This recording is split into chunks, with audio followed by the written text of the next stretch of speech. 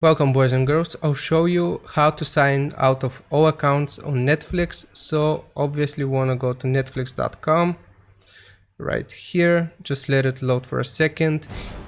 Make sure you have entered your main account, the main account which owns all of the other accounts. So right here we want to go to our profile, hover over it, and we want to select the account option. Now from here, you want to scroll down at the very bottom to the very bottom.